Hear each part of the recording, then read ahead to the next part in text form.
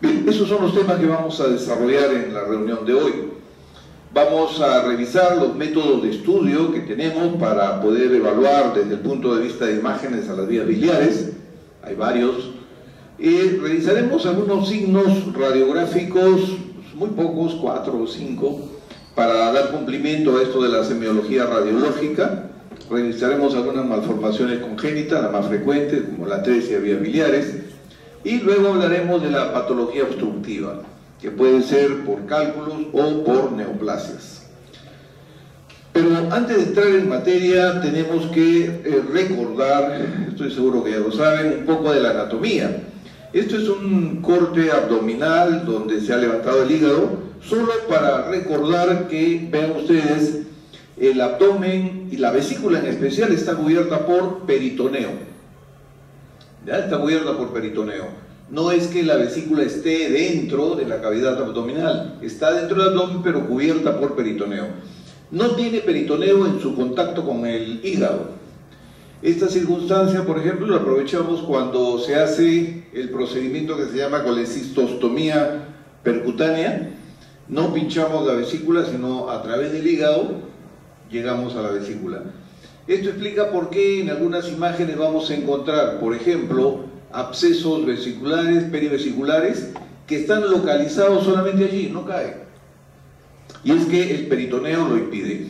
Esto tiene como finalidad recordar algunas variantes anatómicas, que siempre la hay, y en este caso variantes anatómicas del cístico. Vean ustedes la cantidad de posibilidades que tiene la implantación cística, y que debemos tenerla presente para no confundirla con alguna patología cuando hagamos la visualización de estas mediante imágenes. Muy rapidito también, las vías biliares intrahepáticas, o mejor dicho, las vías biliares pueden ser intrahepáticas o extrahepáticas, básico. En las intrahepáticas, obviamente, están dentro del hígado, vamos a encontrar los canalículos, que a su vez se juntan y forman conductos que van haciéndose cada vez mayores hasta formar los conductos hepáticos derecho e izquierdo. Las vías biliares extrahepáticas van a tener una vía principal, que vendría a ser el hepatocolédoco, y una vía biliar accesoria. Algunas dimensiones, no vamos a memorizarlo, pero recuerden que sí están en el rango como diámetro de 4 a 5 milímetros todos ellos. En ecografía podemos dar dimensiones y recuerden, 4 o 5 milímetros es lo normal en cualquiera de ellos, excepto el colédoco, que puede llegar hasta 6. Bien, entonces anatomía radiológica vendría a ser reconocer esto. Esto es la vía biliar, la vesícula, no vamos a hablar de ella, pero sí el hepatocolédoco, que lo vemos acá. Recordemos que desemboca ¿dónde? En el duodeno, y que tiene hacia arriba las ramas que ya hemos mencionado. Aquí tenemos el esquema y esto es lo que radiográficamente vamos a ver. Como ven ustedes, hay una similitud anatómica espectacular. Vemos lo que realmente es. Un par de recuerdos solamente.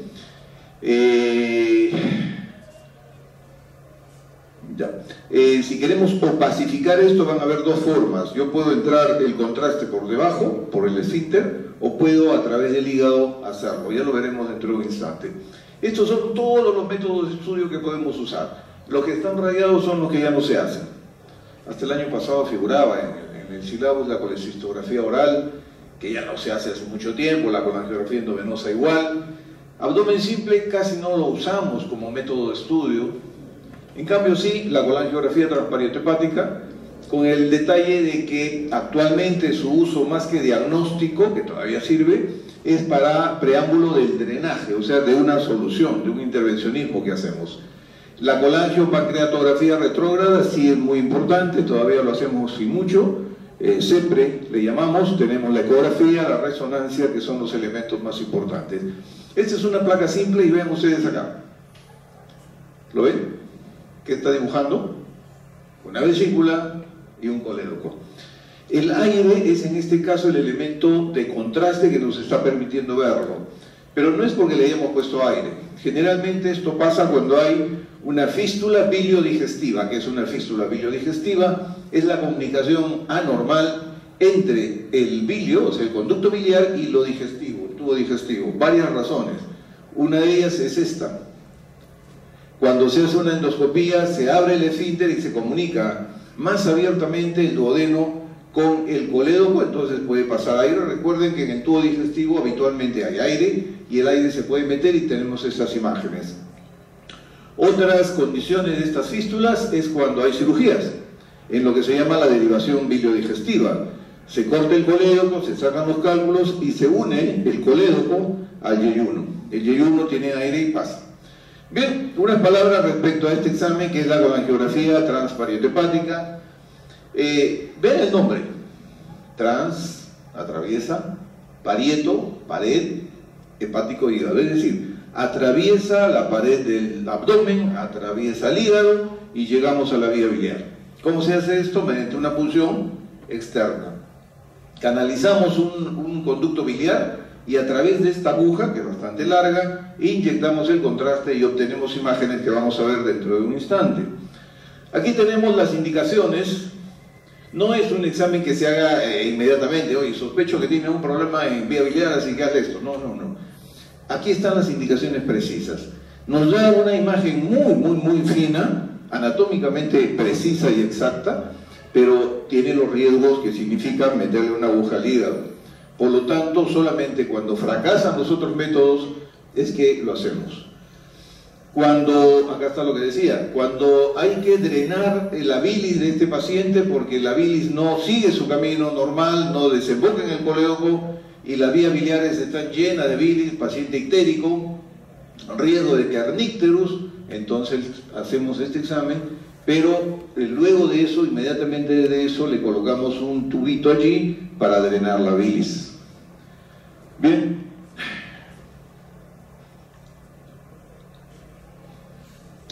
Esto es la representación. La primera imagen está mostrando, vean ustedes, un punto, así buscamos, y esta línea, ojalá se vea desde allí, ¿la ven? Es una aguja.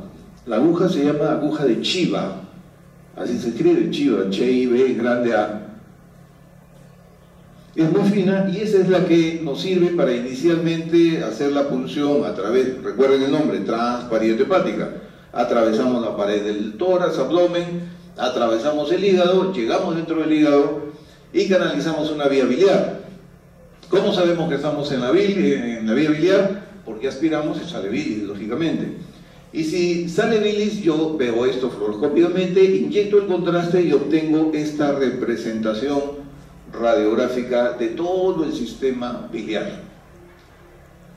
Obviamente ha habido una patología y acá tengo dos ejemplos de lo que podría obtener después de hacer esto. Este es uno y este es otro.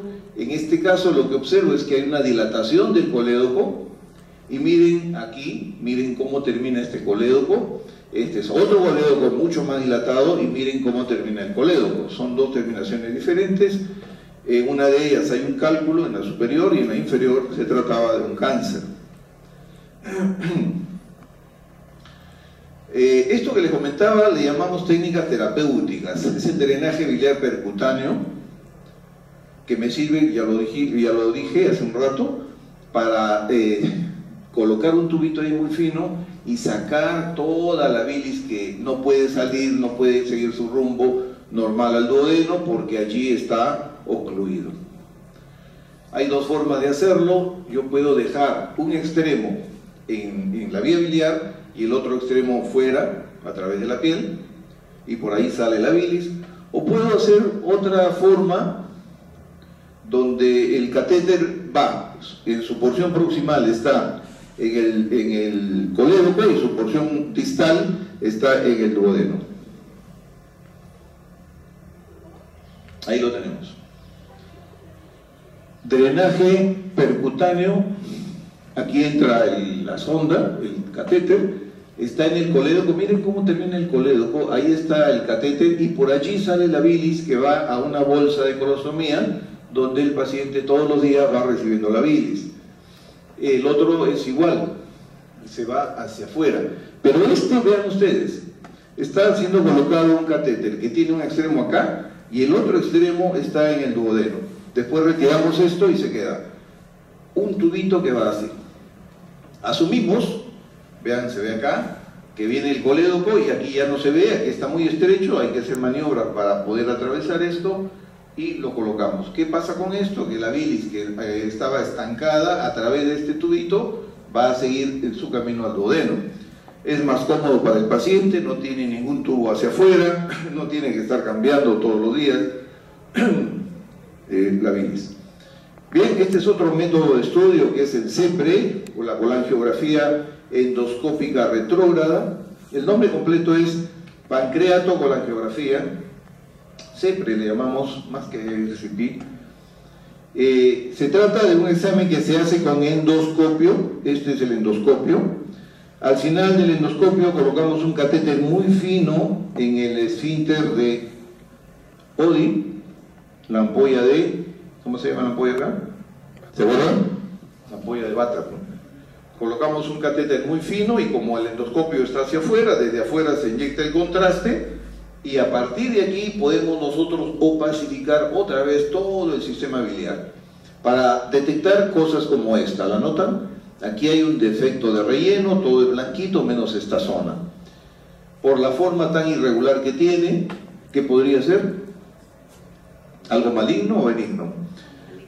Recuerden ustedes que en imágenes uno de los elementos señaladores de malignidad es la irregularidad del contorno, en pulmones, en todo sitio. Las cosas que son muy irregulares generalmente son malignas. Eso tiene pinta de ser un cáncer. Bien, aquí es otro ejemplo, vean ustedes, se está detectando un quiste de colédoco, ya veremos qué es eso. Vean una tremenda bolsa, el colédoco parece una bolsa muy grande. Y en este caso estamos encontrando imágenes móviles. Eso de arriba estaba inicialmente abajo, al hacer un movimiento subió. ¿Qué podría ser? Cálculo, un cálculo. Hay otro examen que se llama colangiografía intraoperatoria. Y adivinen por qué se llama intraoperatoria. Porque se hace durante la cirugía, ¿no es cierto? Se hace dentro del acto quirúrgico. Se trata de que ya tienen la vía abierta, el abdomen abierto, quieren estudiar si ha quedado algún cálculo en el colédoco. El colédoco no está a la vista, está oculto por una serie de cosas. Entonces, la mejor forma de tener la seguridad es hacer un examen que se llama colangiografía intraoperatoria. Nos avisan de eso, subimos con un equipo rodable y obtenemos imágenes como esa. Habitualmente en estas imágenes se ven toda la ferretería que usan los cirujanos para separar y todo lo demás, y esta es la imagen que obtenemos. En este caso se nota dos formaciones radiolúcidas que están dentro de la luz coledociana. Por lo tanto, concluimos de que por alguna razón se le fue algún cálculo al cirujano de la vesícula y está en el colédoco. ¿Esto qué significa? Que el cirujano va a tener que entrar a reparar eso, cortar el colédoco, hacer una serie de cosas. ¿Por qué no lo hace de rutina? Porque cortar el colédoco, explorar el colédoco, es una técnica diferente, requiere instrumental diferente y es mucho más delicado. Pero en todo caso confirmamos de que durante la cirugía detectamos el cálculo, se puede reparar en ese momento y no, como a veces sucede, cuando hacemos este examen que se llama colangiografía postoperatoria. También se le llama transquerra, ahora vamos a saber por qué. Colangiografía postoperatoria. ¿Cuándo se hace entonces? Después de la cirugía, por supuesto. Se realiza más o menos 10-15 días después de haber hecho la operación y la idea es cerciorarse con toda seguridad de que no han quedado cálculos. Porque, a ver, el tubo de Kerr se conoce así, su nombre es así, es un tubito que tiene esta forma, tiene la forma de una T, o sea, hay una patita corta, una rama corta que es esta, y del centro sale una rama larga que es esta y se va hacia afuera. Esta ramita corta se coloca, se corta y todo lo demás dentro del colédoco, en forma tal que la bilis entra y se va hacia afuera. Y así como sale la bilis, nosotros colocamos contraste. Por eso se llama transker, el tubo en T o tubo de Kerr se llama esto. Esta con la angiografía transker me permite entonces opacificar otra vez, sobre todo el colédoco. ¿Y qué encontramos nuevamente? Que aquí se les quedó un cálculo. Lo que hacíamos antes era aprovechar este tubito, aprovechar esa fístula que quedaba, esa comunicación entre la vía biliar y la piel. A través de esto entrábamos con unas canastillas, hacíamos esto y sacábamos el cálculo hacia afuera. Tenía sus bemoles, tenía sus riesgos. Lo que se hace ahora es algo parecido a lo que vimos hace un rato en la CEPRE. Entra el endoscopio, lo que hace aquí es hacer una papilotomía. El esfínter que es cerradito lo abre y queda un hueco abierto. Por lo tanto, esto de acá podría pasar. Y si no pasa, a través de este orificio, siempre por vía endoscópica, se entra con una canastilla, con una red metálica, que se ajusta, se tritura y luego salen todos los cálculos. Ya no se requiere, como antes, volver a operar al paciente. En esos exámenes es que participamos, por supuesto, activamente. En eco, ya ustedes conocen lo que es eco. Definitivamente, en estudio de hígado, de vesícula y de vías biliares, tiene altísima sensibilidad. En litiasis vesicular, usted llega al 100%, en manos expertas no debería pasarse ningún cálculo, a veces se pasa, pero no debería. En estudio inicial de vías biliares, en vías biliares intrahepáticas tiene similitud de sensibilidad y de especificidad, pero en el colédoco tenemos un problema. Y es que nosotros en eco podemos ver el colédoco, y de hecho lo vemos, excepto la parte más complicada, el terminal. No lo podemos ver porque recuerden anatomía, lo dijimos al comienzo. El colédoco pasa por detrás del bulbo duodenal y hace una curva y se mete al duodeno. Entonces el bulbo duodenal siempre tiene aire y nos da sombras que no nos permiten ver el colédoco terminal. No lo podemos ver. Otro detalle a recordar, y a veces por no ver ese colédoco terminal, es que hacemos toda la serie de procedimientos que estamos describiendo. Otro detalle a recordar es que respecto a vías biliares y ecografía, que normalmente en un estudio ecográfico las vías biliares no se ven, ¿ya? O sea, vemos el conducto porta, vemos todas las cosas que ustedes ya conocen, pero no vemos la vía biliar. ¿Cuándo la vemos? La vemos cuando se dilata. Por lo tanto, la visualización de la vía biliar intrahepática en ecografía es sinónimo de problemas. No deberíamos verlo. Si lo vemos, hay problemas, hay que averiguar qué pasó. Si recordamos lo que hemos estado hablando, se puede obstruir en algún lugar, cálculo, cáncer o lo que fuere, y luego va dilatándose en forma anterógrada. Si yo encuentro dilatación de la vía biliar correspondiente al conducto hepático derecho, el conducto hepático izquierdo normal y el colédoco normal, ¿dónde podría estar la oclusión?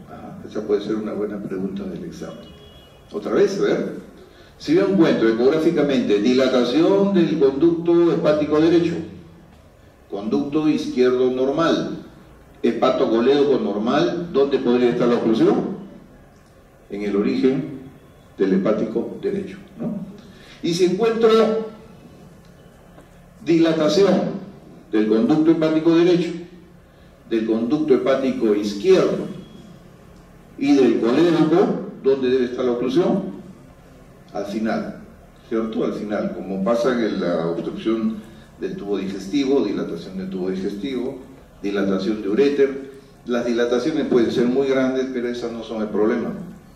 El problema siempre lo buscamos en la parte terminal de esa dilatación, ¿ya? Bien.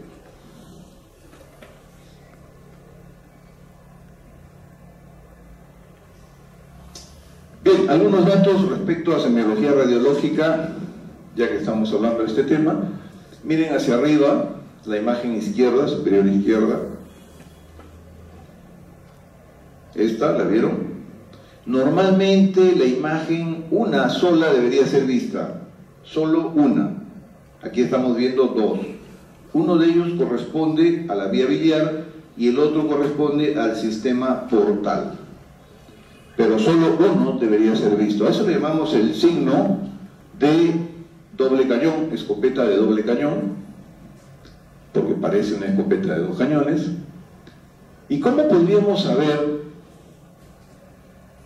cuál de ellos es porta y cuál de ellos es vía biliar? ¿Qué haríamos? Tengo el ecógrafo ahí. ¿Qué haríamos? ¿Qué usaríamos en ese momento, en ese instante? ¿Se acuerdan? ¿Qué dicen? Doppler, ¿no es cierto? ¿Por qué? Claro, el Doppler capta el movimiento, capta lo que se mueve. Y si estamos hablando de porta, la porta de sangre se mueve, y la vamos a ver, se va a pintar en un Doppler. Y si estamos hablando de que el conducto biliar, para ser visto, tiene que dilatarse, y para que se dilate tiene que haber una oclusión final, simplemente el conducto biliar está estático, está llenándose de la bilis que se está produciendo. Por lo tanto, no nos daría señal. Es correcto lo que dijeron. El Doppler me permite a mí identificar cuál es colédoco y cuál no lo es. ¿Cuál es vía biliar, perdón? Lo mismo, el mismo concepto lo vamos a ver en la imagen de la derecha de ustedes. Está ahí rodeado en un círculo verde, donde vemos el mismo concepto, imagen en cañón de escopeta, o doble cañón, o escopeta de doble cañón. Igualito, uno es la vía portal y el otro es la vía biliar. ¿Ya? ¿Ok? Y cuando hablamos otra vez de colédoco, esto es la porta y el colédoco siempre va encima, siempre. Porta y colédoco. La arteria hepática está un poquito más allá, pero esta parejita van siempre. De hecho, cuando queremos estudiar colédoco, identificamos porta y encima de eso tiene que estar el colédoco. Es fácil de ver, como ustedes ven, yo puedo medir el colédoco y normalmente, o sea, no me llama la atención si encuentro la porta y no encuentro colédoco. No me interesa, todo está bien. Si lo veo, va a depender del momento, porque de repente el paciente recién almorzó, la vesícula se acaba de contraer, y entonces yo puedo encontrar un colédoco de 2 milímetros, 3 milímetros, pero esto mide por lo menos 8 a 10 milímetros, y eso ya no es normal. Estoy viendo el colédoco terminal y vean ustedes, ¿qué estoy viendo acá? Algo que está dificultándome la visualización de todo el colédoco, ¿no? Eso es la forma en la que se ven los cálculos del colédoco. El problema, decíamos, con el colédoco terminal es que hay mucho gas y no alcanzan los sonidos a verlo. Como hay un colédoco dilatado, pero no veo el colédoco terminal, tengo que entrar a hacer una colangioresonancia, solo por no verlo. El día en que podamos verlo con eco se acabó la colangioresonancia. Esto es otro signo radiológico, se llama el signo del punto central, tiene que ver con esto de acá, la enfermedad de Caroli, ya dentro de un rato veremos qué es. Y consiste en esas dilataciones que están allí, y vean, las flechas están señalando esto. Adivinen por qué se llama punto central. Porque es un punto y está en el centro, ¿no?, de esas cavidades, que son quistes. Esta es otra imagen del colédoco, y esto de aquí así, curvito, se llama menisco. A esto le llamamos el signo del menisco. Y esto se ha formado porque el contraste llega acá y está rodeando a un cálculo que está enclavado aquí. Llega el contraste, se pinta por aquí, rodea el cálculo, listo, tomamos la placa y vemos eso. El signo del menisco corresponde en el 99% de veces a un cálculo. Lo vemos y listo. Otra vez, el extremo del colédoco. ¿Se parece al anterior? No, es al revés. Parece el dedo de un guante quirúrgico. Échenle agua y lo van a ver y ahí está. ¿Y esto cómo se forma? ¿A qué nos relaciona? Si el menisco se relaciona al cálculo, el dedo de guante, ¿a qué se relaciona? Al cáncer. ¿Ya? Cuando vemos ese signo, dedo de guante, piña. Se trata casi 90% de veces de un cáncer. Cáncer de colédoco, un colangiocarcinoma, en este caso de la porción distal, del tercio distal del colédoco. Dedo de guante, convexo, menisco, cóncavo.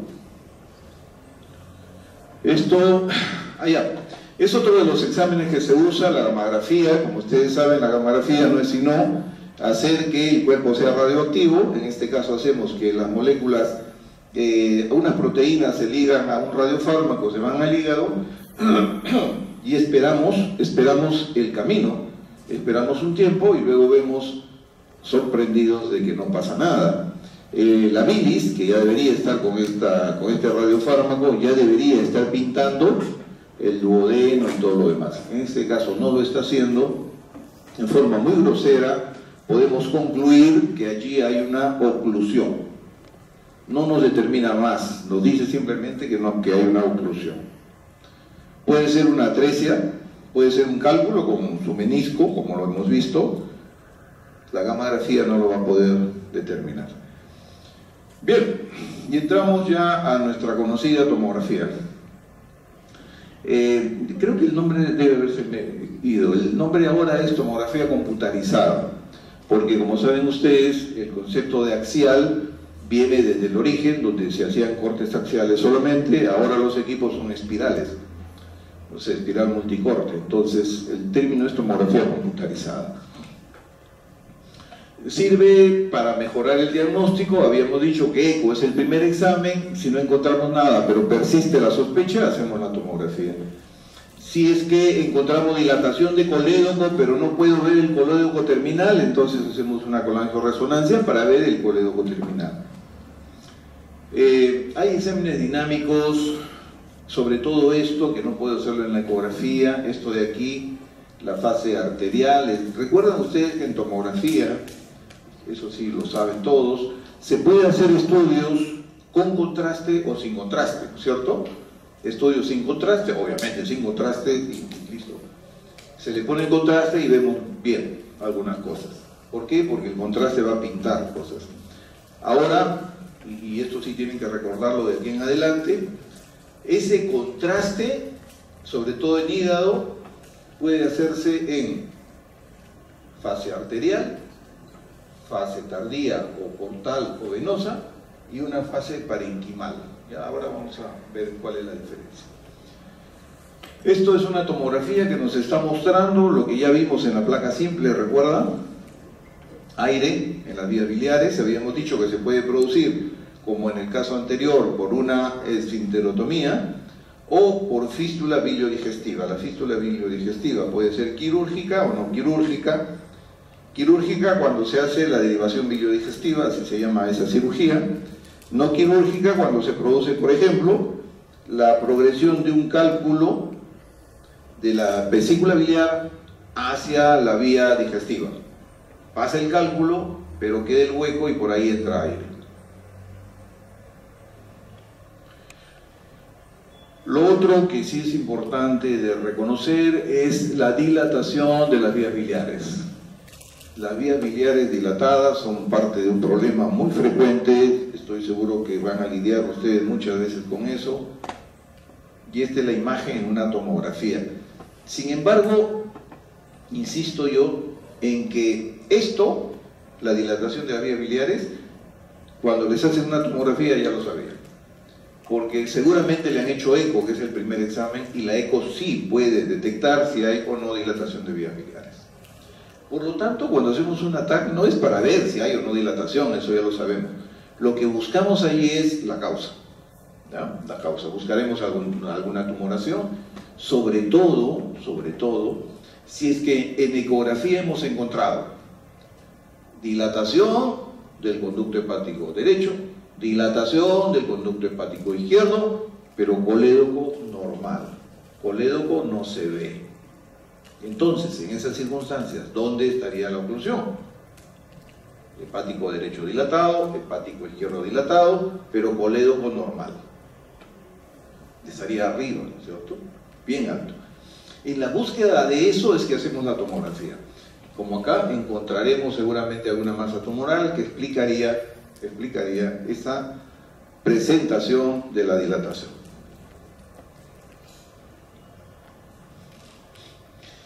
La dilatación del colédoco tiene otra historia.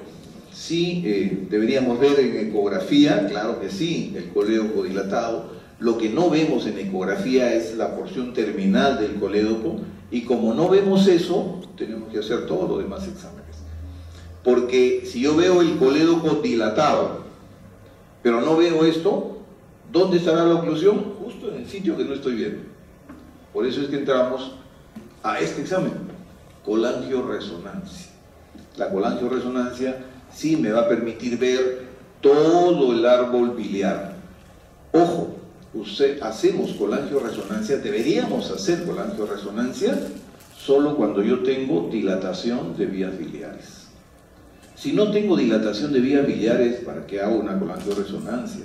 Tengo la resonancia hepática, resonancia abdominal, etcétera, pero no la colangioresonancia. Si ustedes se van a fijar, ese es un exceso que con frecuencia se está cometiendo. El AICO dice, no hay dilatación, y entonces a alguien se le ocurre, pídele la colangioresonancia, a ver qué encuentra. ¿No? La cosa no es así. Sobre esto de colangio, dos detallitos nada más a recordar. ¿Por qué? A ver, primero mostrarles una imagen. Ya. Eso que se ve abajo es la colangioresonancia.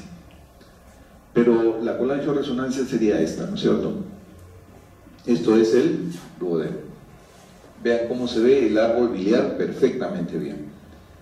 ¿Le he puesto contraste? ¿Qué dicen? ¿Se usa contraste para una colangioresonancia? Podría, sí, pero normalmente no. Lo que se hace es ajustar el aparato para que detecte señales de líquidos estáticos. Y la bilis, ya lo dijimos, si está dilatada, está obstruida, por lo tanto está estática. Y eso es lo que me permite tener una imagen muy precisa del sistema biliar en casos donde existe oclusión. En este caso, vamos a ver, en este caso lo que estamos observando, que es esto de acá. En este caso estamos observando la presencia de dos cálculos dentro de la vía biliar. Esos cálculos están, vean ustedes, en el colédoco terminal. Seguramente la ecografía nos mostró colédoco más o menos dilatado acá. Esto es el bulbo duodenal, que normalmente tiene aire. Al echarse el paciente se llena más de aire todavía, y al hacer el examen ecográfico, la sombra producida por el aire me tapa justo este sitio. Y para estudiar este sitio es que tengo que recurrir a toda esa tecnología tan avanzada como es la colangioresonancia. Si la eco pudiera ver eso, se acabó la colangioresonancia. Bien, la colangio entonces, vean ustedes, diagnostica la causa y nivel de la obstrucción.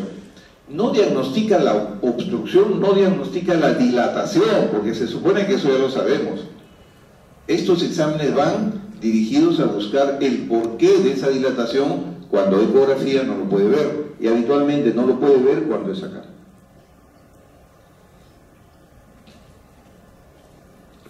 Esto que les menciono tiene que ver con el deseo de que ustedes conozcan estos temas para hacer un uso racional de la tecnología. Bien.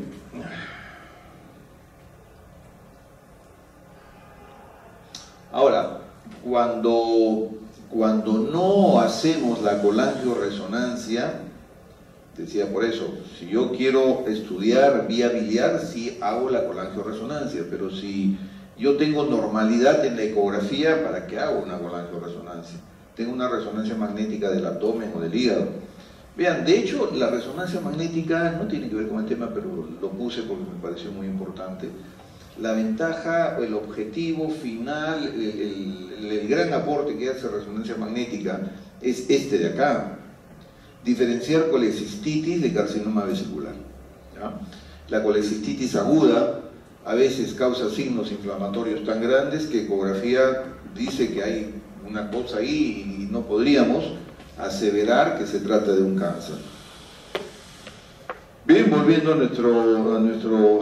nuestra colangioresonancia que tenemos acá, la flecha allá señala claramente, vean ustedes, el cambio de frecuencia, se ve blanco acá y negro allá. Esto viene así, y vean, el líquido está pasando por un extremo. Por el otro lado hay una zona de menor señal que corresponde a una masa tumoral. ¿ya? Una masa tumoral en esta zona, hacemos el cambio y sigue esto de aquí. La bilis está pasando muy poquito, por eso es que esto está dilatado acá, vean ustedes, está dilatado, pero está pasando un poquito, si no, no se pintaría el duodeno. Y aquí está la masa tumoral, colangiocarcinoma del tercio distal del colédoco. Bien, ok, hicimos la revisión de todo lo que significan los métodos de estudio de vía biliar. Esto es la clasificación de toda la patología que podemos tener de la vía biliar, ¿no? Metabólicas, tumorales, traumáticas, inflamatorias. Vamos a tocar solo algunas de ellas, las más importantes. Empezaremos por las congénitas y la atresia de vías biliares, es nuestro tema para el momento. ¿Qué es una atresia de vías biliares?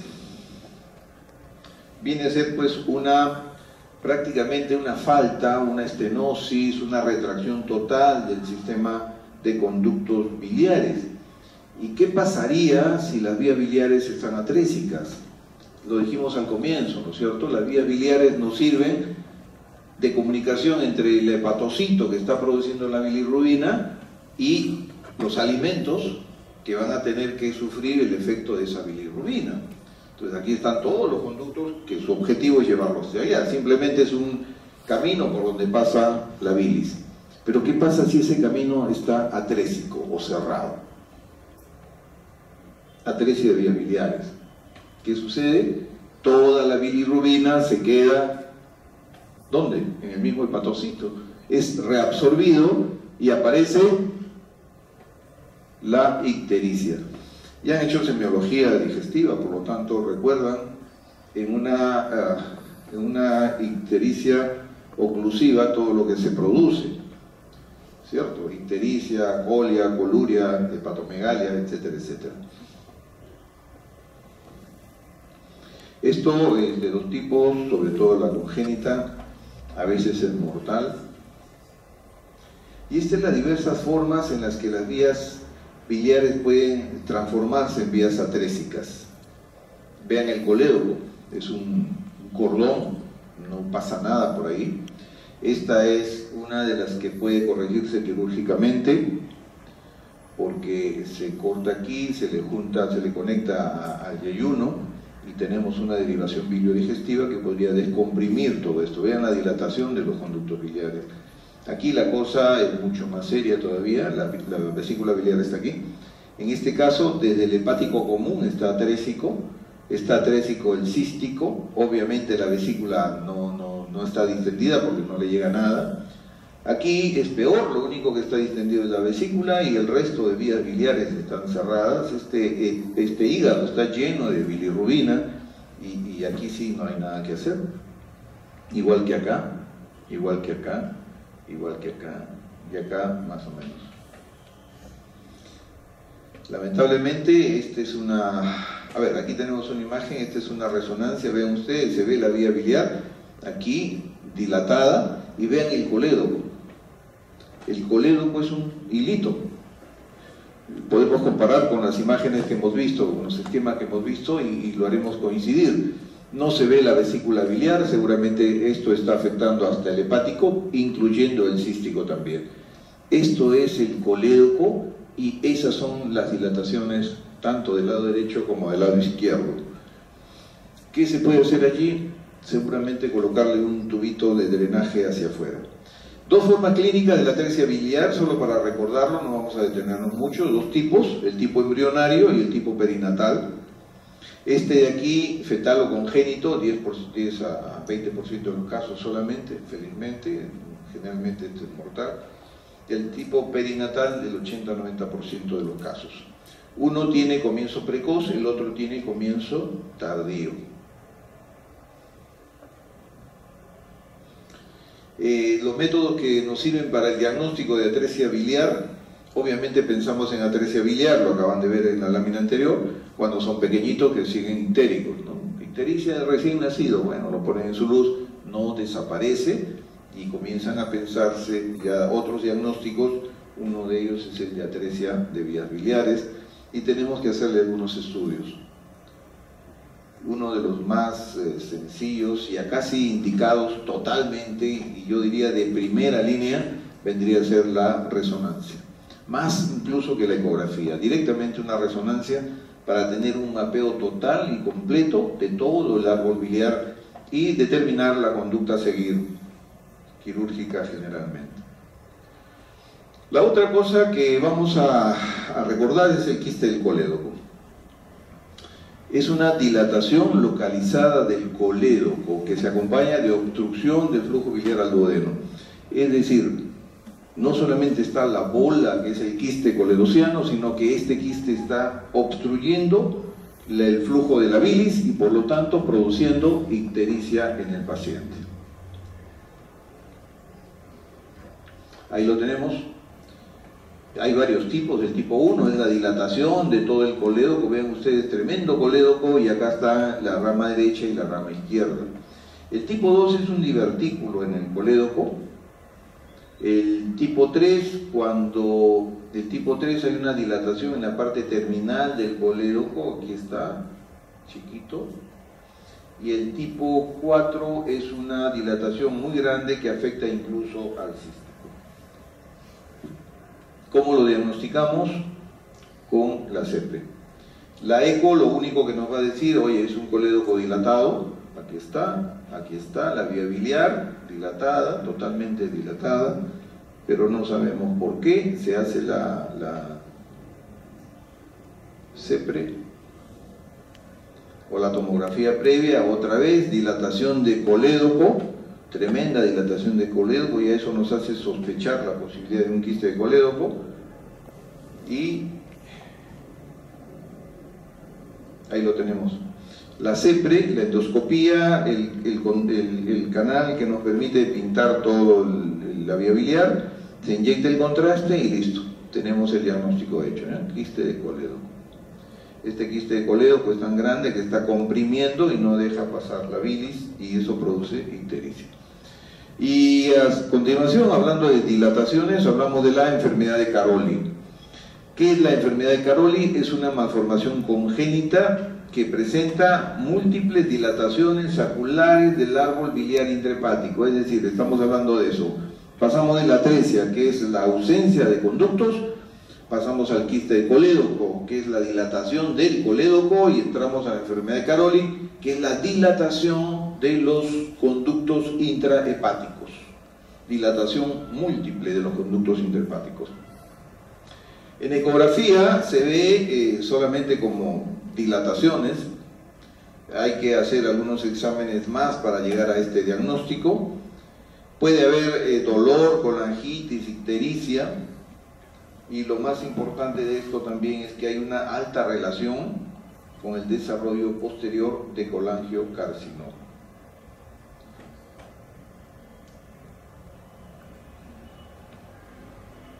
Tomografía, acá juega un papel muy importante.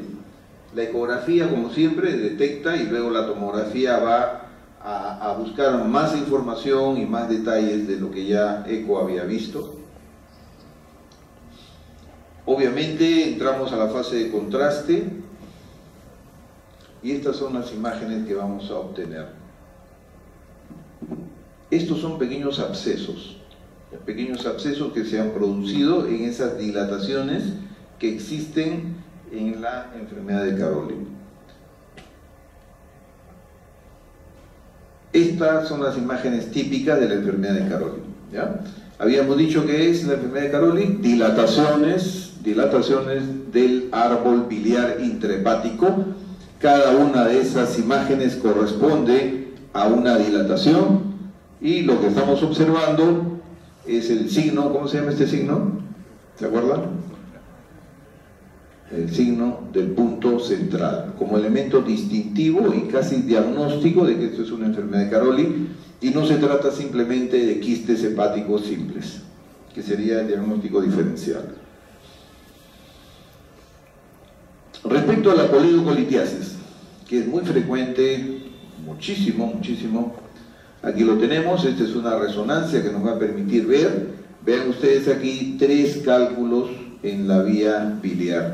No está causando oclusión, a pesar de que son 3. está la bilis pintándose, el colédoco está más o menos gordito, la vía biliar intrahepática está normal, la vesícula biliar está llena. ¿Y por qué sé yo que no está causando obstrucción? Porque se está pintando el colédoco.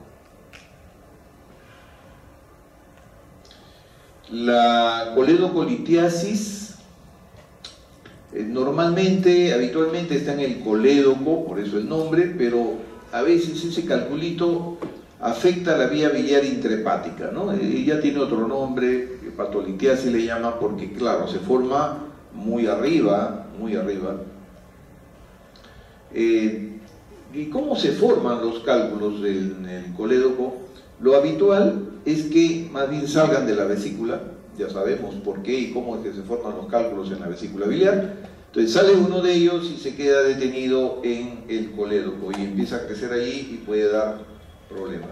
La mayoría de los cálculos de colédoco son de colesterol, el 80%, ¿no? El bilirrubinato cálcico. La litiasis puede ser única o múltiple y existe la litiasis residual, ya habíamos hablado de eso. Y esto es lo que sucede con los cálculos, miren. Los cálculos en la vía biliar pueden seguir distintos caminos. Uno, pasar al duodeno. Claro, si son delgaditos y pequeños, simplemente llegan allí, viene un chorrito de bilis y pasan al duodeno y no pasa nada, sigue la persona haciendo su vida tranquila. Pueden permanecer asintomáticos y de hecho hay hallazgos solo en autopsias. Pueden flotar en la vía biliar estableciendo fenómeno de válvula. O sea, llega un momento en el que se pone ictérico el paciente, se le da el tratamiento, se evita la comida grasa, relajantes y todo lo demás, y de repente desaparece la ictericia. Puede ser que sea un cálculo que tiene este efecto: tapa, se dilata y luego se destapa y pasa a la bilis. ¿De acuerdo? Bien. ¿Qué otra cosa, qué otro diagnóstico produce esto que acabo de describir? Que lo vamos a llamar ictericia fluctuante. O sea, el paciente se pone ictérico y después de un tiempo desapareció la ictericia. Y después vuelve la ictericia. Y después desaparece y otra vez vuelve la ictericia. Cálculo flotante, que hace efecto de válvula. Perfecto. ¿Qué otro diagnóstico planteamos? Si lo saben seguramente, el ampuloma. ¿Cierto? El ampuloma tiene esa característica también, típica. Paciente ictérico en malas condiciones, estamos planeando qué hacer y de repente desapareció la ictericia. Hay que hacerle una endoscopía para descartar que se trate de un ampuloma. Bien. Lo otro que puede ser un cálculo es esto de acá, enclavarse en la vía biliar. Ahí sí se cierra y no hay forma de sacarlo. Se cierra y la ictericia sigue, y hasta que no se saque ese cálculo vamos a tener un paciente en serios problemas. Imágenes. Vean ustedes el colédoco, nuevamente rama derecha, rama izquierda, colédoco, y en su interior una imagen radiolúcida que corresponde ¿a qué? A un cálculo. Y es una colelitiasis no obstructiva. ¿Por qué es no obstructiva? O sea, el cálculo está allí, fastidia, sí, pero no está obstruyendo totalmente. ¿Por qué? Porque está pintado el duodeno, ¿cierto? El contraste ha pasado al duodeno, y si pasó el contraste, pasa la bilis. El contraste hace el mismo camino que la bilis. Y en este caso, otra vez parecido al anterior, solo que aquí hay dilatación de vía biliar intrahepática. Recuerden, en el anterior había dilatación de colédoco moderada, pero la vía biliar intrahepática estaba bien. Aquí tenemos dilatación de colédoco un poquito mayor, pero también dilatación de la vía biliar intrahepática. Vemos el duodeno. ¿Qué dicen? ¿Está el duodeno? ¿Se ve? No, no se ve. Ahí la flecha está señalando ¿qué signo? ¿Se acuerdan? ¿Cómo se llama este signo? ¿Dedo de guante? Signo del menisco. El signo del menisco, decíamos, significa cálculo enclavado, y en este caso lo está. No hay ni una gota de contraste en el duodeno. Bien, aquí de esto hay hay que recordar el síndrome coledociano y esta palabrita, la tríada de Charcot, es un síntoma, es un lenguaje clínico que está dado por fiebre, dolor e ictericia, pero esto hay que recordarlo siempre cuando hablamos de cálculo coledociano. La bilis puede infectarse y dar origen a colangitis, y esto lo hace tan serio. ¿Qué exámenes vamos a usar? Los que tenemos ahí, el ultrasonido abdominal, siempre el primero, la colangio, en este caso sí, la colangio es lo segundo que tendríamos que hacer. Tercero, si no tenemos un diagnóstico, entra una CEPRE, y cuarto, puede entrar a una colangio transhepática percutánea. Es el examen final porque es el más agresivo de todos ellos, ¿no? Aquí está, en el momento actual, la exploración de elección es el ultrasonido. Dice, hay una detección preoperatoria de cálculos en el colédoco de un 13% nada más. ¿Por qué? Ya les dije por qué. La mayoría de cálculos se van al colédoco terminal y el colédoco terminal es invisible para ecografía. No lo puede ver. Solamente detectamos los cálculos que están en el colédoco medio o en colédoco proximal. La ventaja de la colangiografía endoscópica es que, hecho el diagnóstico en ese mismo momento, se puede hacer lo que dijimos hace un rato, poner la canastilla, jalar el cálculo y listo, se solucionó el problema. En manos expertas esto es muy exitoso siempre. Allí tenemos, vean ustedes, otro caso de coledocolitiasis, en este caso residual o posoquirúrgica, y como los cálculos están en el colédoco medio, entonces yo sí los puedo detectar. Ahí está, su sombra acústica, los cálculos, lo muevo al paciente, el cálculo se moviliza. Pero cuando el cálculo está en el colédoco terminal, ahí sí vienen los problemas, no se puede ver. Nuevamente, más imágenes de colangiografía por resonancia magnética. Otra vez, creo que ya tenemos clarísimo el tema, estas imágenes son cálculos. ¿Ya? Otra más, resonancia magnética. Nuevamente, la colangioresonancia adquiere toda su vigencia y todo su valor cuando tenemos dilatación de vía biliar intra o extrahepática y buscamos la causal de esa dilatación. Esto es una colangio transparente hepática, se pinta desde afuera, ya dijimos, hay una punción que hacer y se puede ver perfectamente también. Esto es muy fino, de hecho creo que sería la imagen más fina que hay de todos los métodos, pero es cruenta, es riesgosa y solamente es preoperatoria. Otra vez una CEPRE y la detección nuevamente de un cálculo muy grande en el colédoco medio. Complicaciones que pueden tener los cálculos, desde el cólico, dolores muy severos, la colangitis, que es una de las cosas más serias, la pancreatitis, también la formación de abscesos. Y unas palabras rápidas sobre el tema tumoral. Los tumores van a ser desde el tercio proximal, tercio medio y tercio distal. Todos ellos se llaman colangiocarcinoma. Recuerden que el término colangio significa vía biliar. Colangiocarcinoma significa cáncer de la vía biliar. Un término parecido es el de colangio vía biliar, colecisto, que es vesícula biliar. ¿Ya? Colecisto es vesícula biliar, colangio es vía biliar. Otro término que confunden es colelitiasis y coledocolitiasis. ¿Son similares? No. Colelitiasis se refiere a litiasis de vesícula biliar. Coledocolitiasis se refiere a litiasis de coledo. ¿Ya? Bien, entonces ahí lo tenemos. Tumores del tercio distal son aquellos periampulares. Todos ellos reciben el nombre de colangiocarcinomas. Y el colangiocarcinoma va a darnos problemas de acuerdo a dónde está. Ahí está, una clasificación esquemática de dónde pueden estar o cómo puede afectarse con un colangiocarcinoma dependiendo de qué está afectado cuando hablamos de compromiso neoplásico de la vía biliar en su tercio proximal. Puede ser que simplemente afecte al hepático común, o puede ser que afecte al hepático común y a la encrucijada, o que vaya más hacia una rama derecha, más hacia una rama izquierda, o que afecte simplemente, como ven ustedes aquí, hasta arriba, multifocal. Cada uno de ellos tiene un número, 1, 2, 3, 3A, 3B, 4, que es la clasificación de este tumor, pero más que los numeritos me interesaría que recuerden este nombre, ¿eh? ¿Dónde estás? Aquí, arriba. ¿Qué dice aquí? Clasificación de... ¿Te leo, no? ¿Sí?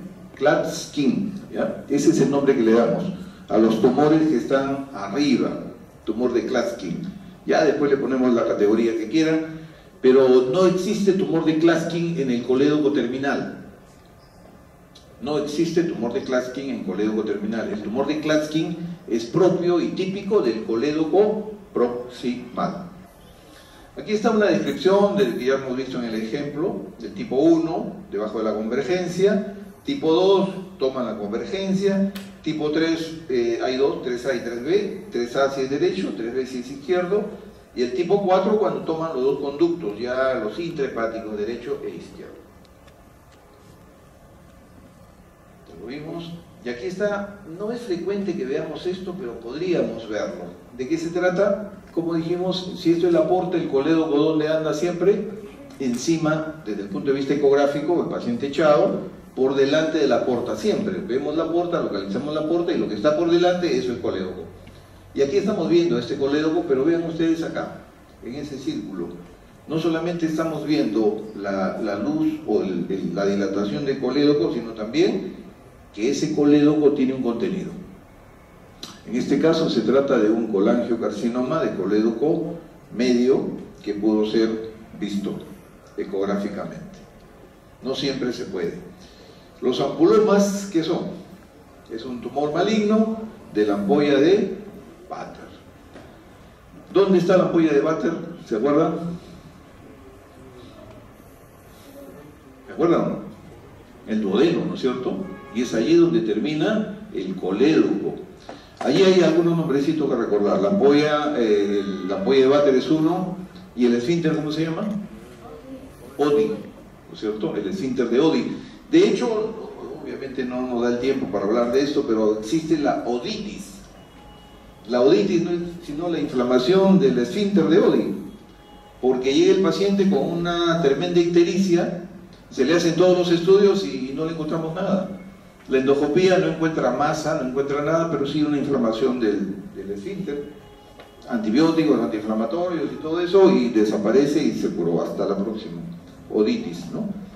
Entonces, ampolla de Vater, en este caso, lamentablemente no es una oditis, sino es una tumoración que crece en la ampolla de Vater, es decir, en la parte terminal del colédoco, y más o menos a los 2 centímetros de esa parte terminal. A todo ello se le llama ampuloma.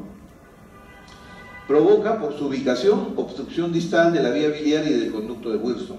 ¿Qué es el conducto de Wilson? ¿Se acuerdan? ¿Es el conducto salival? No, ¿no es cierto? Del páncreas. Y los dos terminan justo en esa ampolla. Por lo tanto, un tumor de eso afecta no solamente al colédoco, sino también al conducto de Wilson o conducto de páncreas. El Wilson también tiene un accesorio, ¿no es cierto? ¿Se acuerdan el nombre? Ya. Y ahí tenemos, vean ustedes una imagen de un carcinoma que hay una protuberancia, ya lo van a ver mejor en la computadora, en sus casas, como esto está crecido, esto es el ampuloma.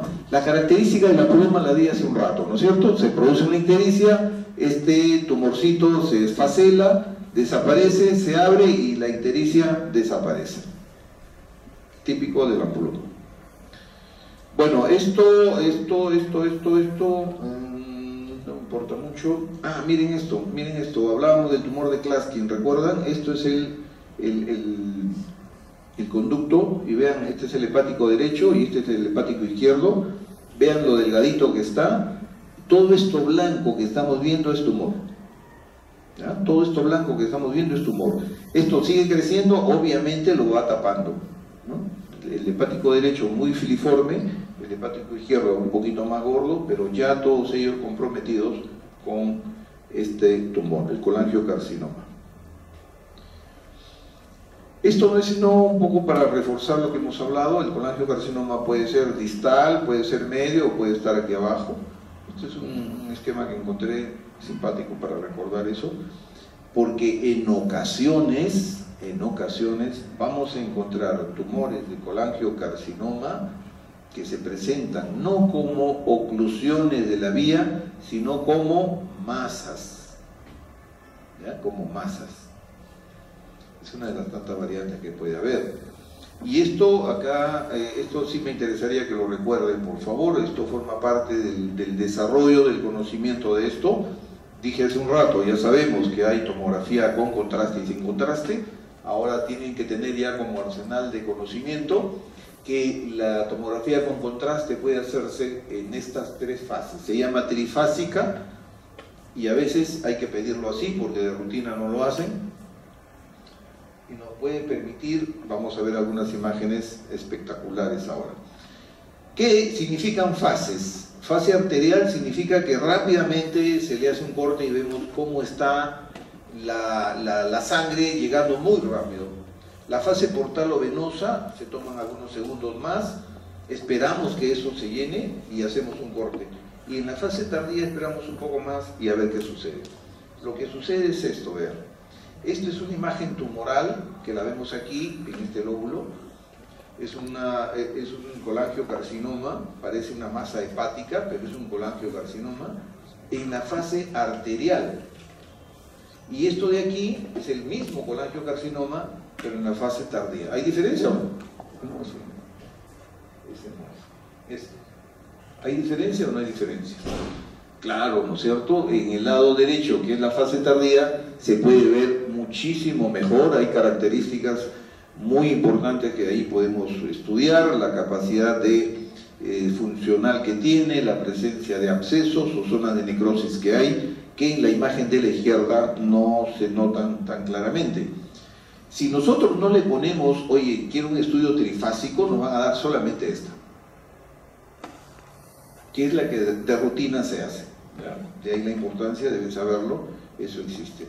Hace un rato vimos un corte patológico y este es el esquema. El tumor que va invadiendo el conducto, que va invadiendo los conductos, y este es el clásico tumor de Klatskin, que agarra la encrucijada, le llamamos, donde está esta I, y todo está tomado, se va a dilatar para este lado y se va a dilatar para el otro. Aquí en la ecografía estamos viendo toda una masa tumoral con una sombra, etcétera, dilatación a un lado, dilatación al otro, y no pasa nada. El colédoco tampoco está dilatado, de hecho no le llega bilis para nada.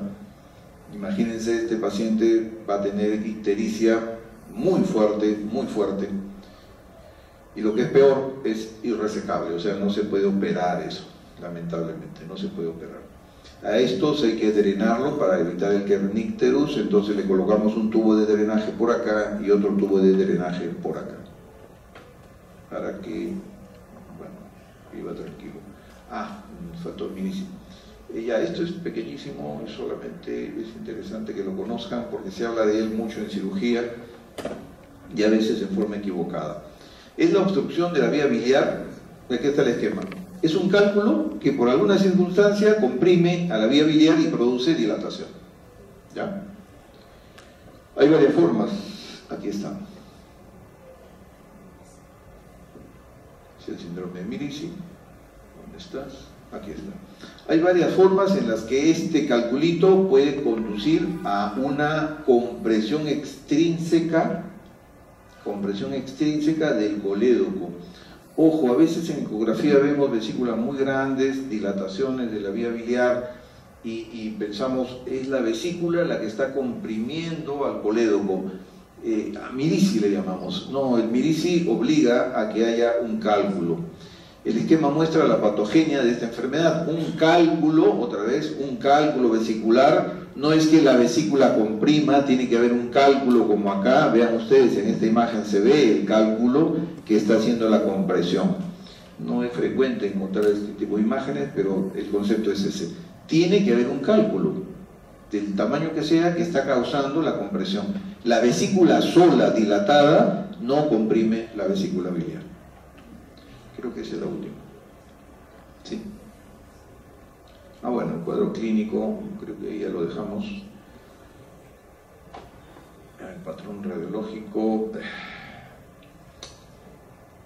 Bueno, y eso es, le están sacando el cálculo, de todas maneras tiene que haber un cálculo. Y listo. Muy bien, señores, muchas gracias por la atención y nuevamente disculpa por la falta que tuve en anterior oportunidad. Muchas gracias, hasta luego.